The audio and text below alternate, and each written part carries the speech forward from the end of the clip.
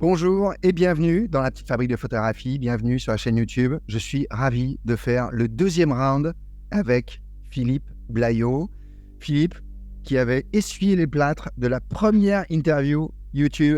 Philippe Blaillot est un photographe extraordinaire, vous allez découvrir son travail. Et surtout, il sort sa première monographie. J'allais dire son premier livre, il a déjà sorti des livres. Notamment sur la photographie de rue par l'exemple. Tout à fait. Bonjour Gennaro, merci beaucoup pour ton invitation. Ravi d'arriver pour un deuxième round. Et effectivement, c'est un deuxième livre, mais un premier beau livre photo. C'est un moment important pour toi. Et alors, comme tu as sorti un livre sur la photographie de rue, on peut avoir tendance à t'étiqueter, on va dire, un photographe de rue, même si j'aime pas beaucoup ça. Parfois, quand ça m'arrange, j'aime bien dire je suis photographe de rue. Mais globalement, je me considère plutôt photographe que photographe de rue. Comment tu te présentes comme photographe ? Qui tu es comme photographe ? Alors, je te dirais que ma pratique, elle a vraiment évolué. Je m'étiquetais très, très volontiers photographe de rue il y a encore quelques années. Hein. C'est toujours une passion. C'était une passion, c'est toujours une passion. Désormais, je me considère plus comme un photographe d'une façon générale, puisque j'intègre dans mes zines ou dans les séries ou dans les projets que je suis en train de construire, à la fois de la photo de rue, de la photo urbaine, de la photo de paysage. J'espère de plus en plus de portraits. Il en est un petit peu question d'ailleurs dans le livre que je sors aujourd'hui, American Decorum. Tu sors ta première monographie American Decorum aux éditions Transphotographic Press, je crois. Je suis très heureux et vraiment très fier qu'ils se soient intéressés à mon travail. Pour la petite histoire, c'est un éditeur historique qui a édité, je crois, une vingtaine d'ouvrages de Jean-Christophe Béchet, des ouvrages de Ronan Guillou qui a tellement bien photographié l'Amérique, également du Cartez, beaucoup de très beaux auteurs. Avec cet éditeur, tu t'inscris dans une tradition, on va dire, à la fois française et à la fois américaine, du road trip à l'américaine. Hein, ton livre American Decorum, dont je montre quelques images, il y a à l'intérieur, je crois, en tout cas c'est comme ça que je l'ai reçu et que je l'ai compris, cette tradition de l'exploration, pas que urbaine, de l'exploration de l'Amérique et de sa culture. Ouais, tu as tout à fait raison. Je voulais pas rentrer là aussi dans une case qui était assez facile. C'est un voyage et c'est le regard un petit peu halluciné d'une personne qui a des flashs, on va dire, tout au long d'une route, qui aperçoit des choses un peu bizarres, un peu étranges, mystérieuses, des choses un peu décalées et également, qui font appel certainement à un imaginaire, alors qui m'est propre, et j'espère pouvoir le partager avec les lecteurs.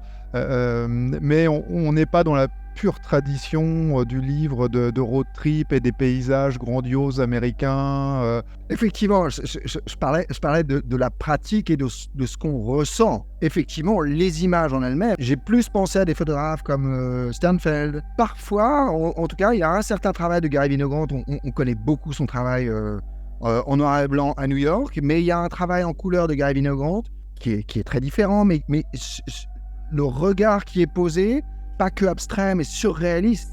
Les scènes que tu montres, les photos que tu nous proposes, ce sont des scènes surréalistes. Il y a quelque chose d'irréel. Donc c'est un road trip qui est rêvé, on a l'impression. Excuse-moi, je te lis les choses comme ça. Non, mais ça me fait tellement plaisir ce que tu dis, parce que figure-toi, c'est un des mots que j'ai relevé pour en faire presque un titre à un moment donné dans les textes, puisqu'il y a quelques textes, mais la priorité va à l'image malgré tout. Un texte que Jean-Christophe Béchet m'a fait l'honneur de m'écrire. Je l'ai découvert il y a quelques jours, ce texte, j'en suis encore super ému, et lui-même évoque cette frontière entre le réel et le surréel, grosso modo. Donc c'est vraiment étonnant que tu évoques cela, et c'est la raison pour laquelle je souris. J'ai envie de dire, les grands esprits se rencontrent. Alors Jean-Christophe Béchet, tu vas me permettre une très bonne transition. Je crois que vous vous êtes rencontrés pour travailler sur l'édition du livre. Avant d'en parler, sur la production des photos, sur quelle période Quelle période tu cours avec les photos? Quand est-ce que tu as commencé à en faire? Je crois que tu as fait plusieurs voyages sur ce... C'est super intéressant parce qu'on rentre non seulement dans le processus de création photographique, mais aussi après de conception et de matérialisation du projet dans un livre.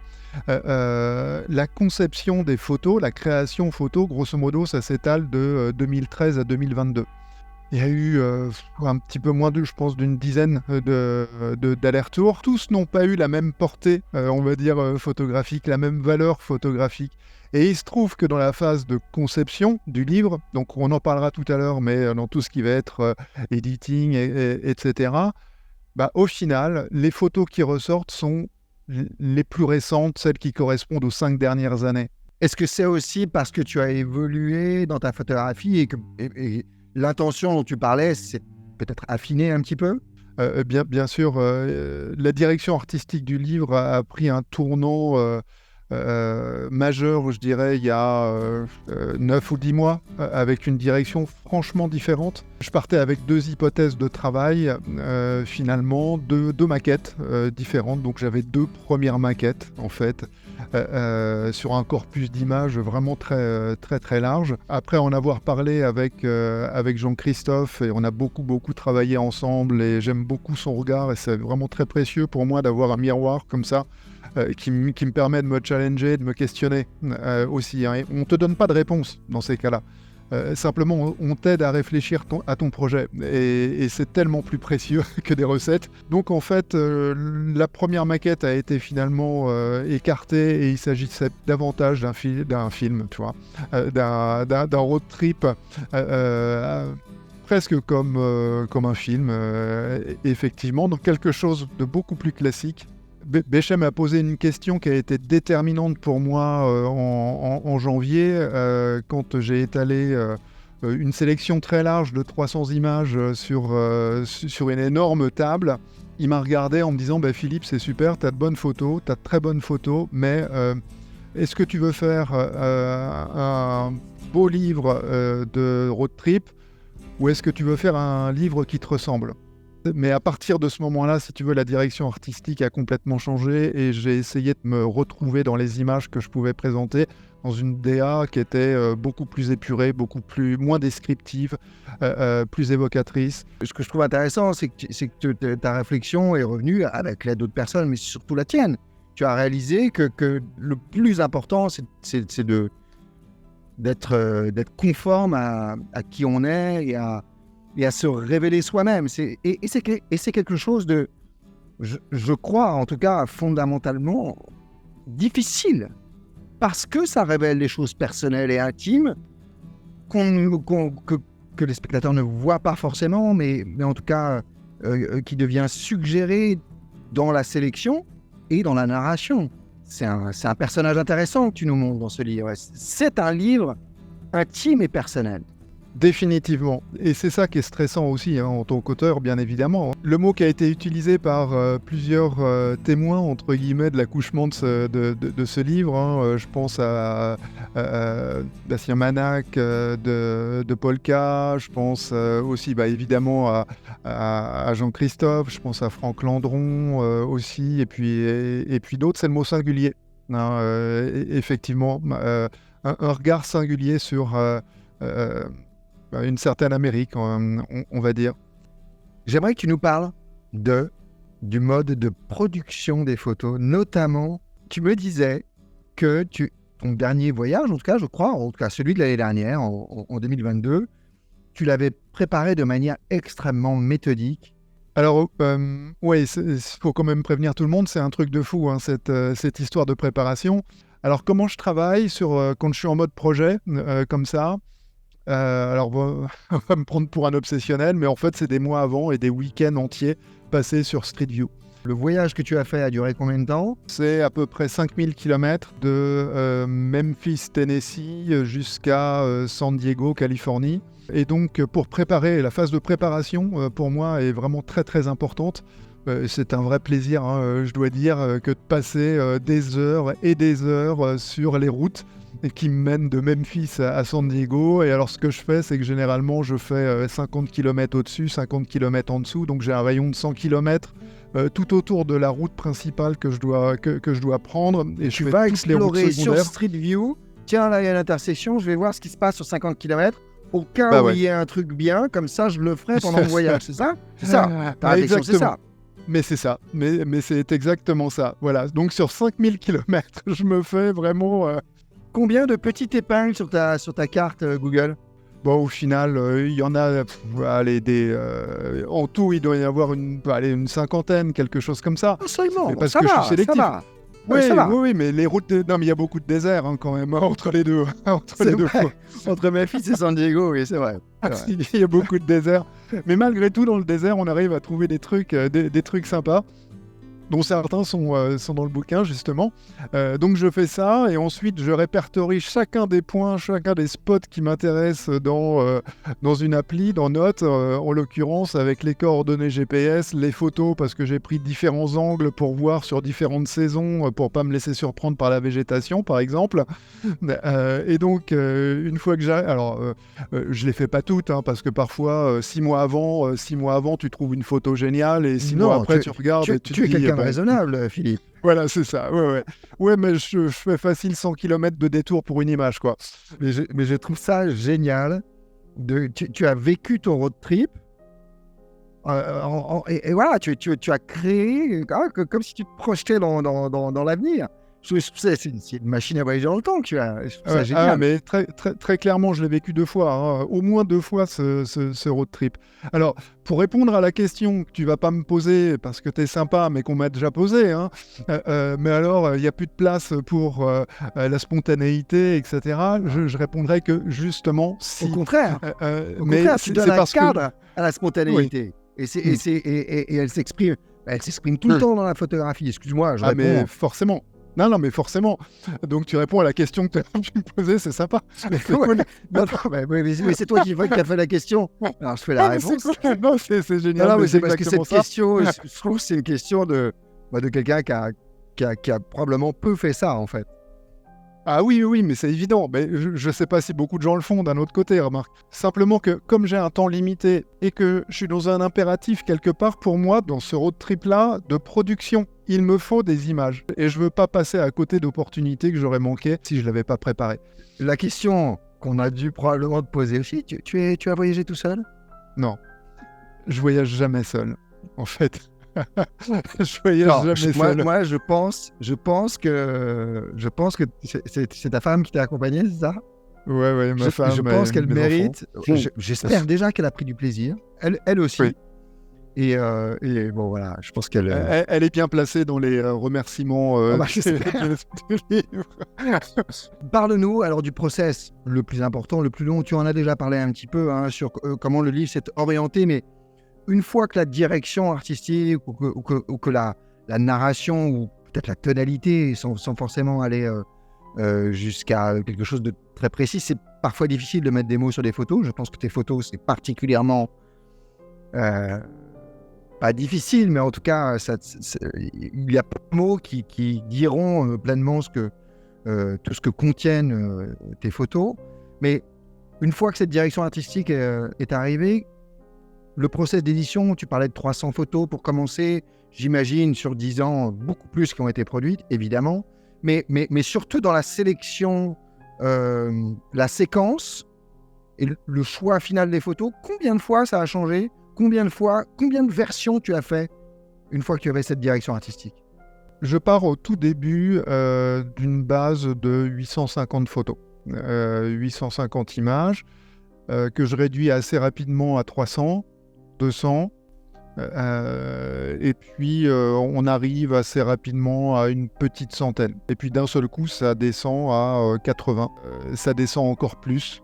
J'ai pas sélectionné les images pour lesquelles j'avais historiquement, si je puis dire, un affect particulier. Mais finalement, une fois que la direction artistique a été trouvée et que je me suis tenu à ça, elles avaient plus du tout leur place. Mais vraiment plus du tout leur place, c'était une autre histoire. Donc, si tu veux, le moment clé, ça a été la décision de la direction artistique et de l'intention que je voulais mettre dans le livre. À partir de là, toute image qui n'était pas, entre guillemets, sur les rails sortait automatiquement, si belle soit-elle, si bien notée soit-elle dans mon Lightroom, peu importe qu'elle soit 4 ou 5 étoiles, non. C'est pas dans le propos, donc je l'écarte, et là j'ai zéro problème avec ça. J'aimerais que tu nous parles de quelques-unes des photos, notamment la couverture. Raconte-nous l'histoire de cette photo et comment est-ce qu'elle est arrivée jusqu'à la couverture. Elle s'est imposée vraiment comme la couverture. Au départ, les 2 premières maquettes n'ont pas de couverture. Et dès la numéro 3, en fait, c'est cette image qui gagne le gros lot, si je puis dire, et qui s'impose à moi comme couverture. J'ai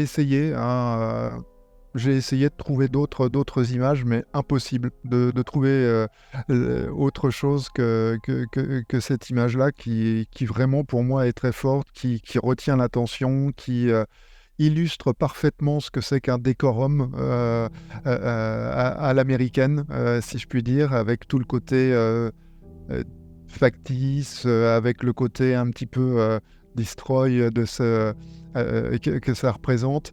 Je l'affectionne particulièrement parce que je trouve qu'il y a à la fois une douceur et puis un côté un peu mystérieux dans l'image. C'est une image carrée à l'origine, qui est retaillée pour servir la couverture, donc qui est faite dans le Nevada, dans une petite ville qui s'appelle Rachel, et qui a été shootée avec un vieux Rolleiflex de 1954. Il y a une autre photo, la dernière du livre, qui est alors, parfois, quand je parle d'édition et de sélection de photos, je donne ce conseil qui est fréquent, que je n'ai pas inventé, qui est de commencer fort, la couverture, et de terminer fort. Et je trouve le choix de la dernière photo du livre extraordinaire. C'est vraiment une photo époustouflante, je trouve, à beaucoup de niveaux, et chargée d'une symbolique intéressante, à la fois par rapport aux États-Unis, parce qu'il y a le paysage à l'arrière-plan, et parce qu'il n'y a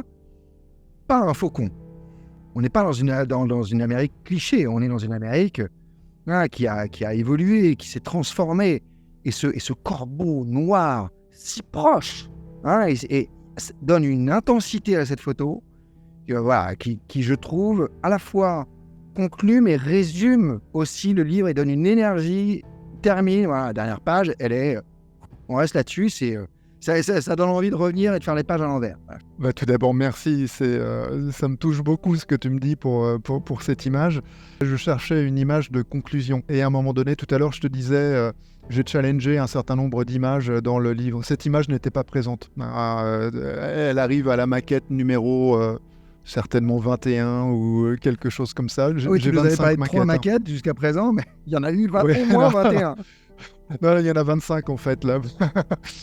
Il y en a 25 et donc elle arrive vers la 20-21, quelque chose comme ça, parce que juste avant, maquette 19 ou 20, j'ai éliminé les 3 dernières images, donc celles qui sont censées vraiment ouvrir et te laisser une impression la plus mémorable possible à la fermeture du livre.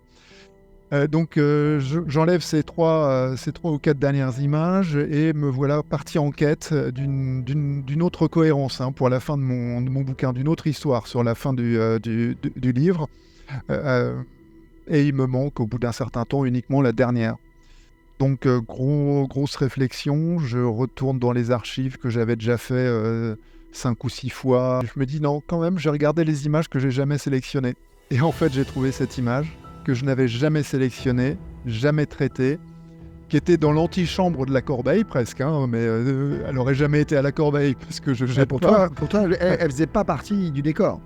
Je vais t'expliquer, c'est que lorsque j'ai pris cette photo, c'était il y a 5 ans, j'étais tellement porté par des images qui avaient leur succès et qui étaient dans un autre style que celle-ci est restée de côté. À l'époque, j'étais beaucoup plus intéressé, concentré sur ces images très narratives qui racontaient une histoire très simple à lire aussi, et qui était très efficace, je trouvais, et qui marchait bien. Donc voilà, je me laissais porter un petit peu par la vague et j'avais pas du tout vu cette image-là.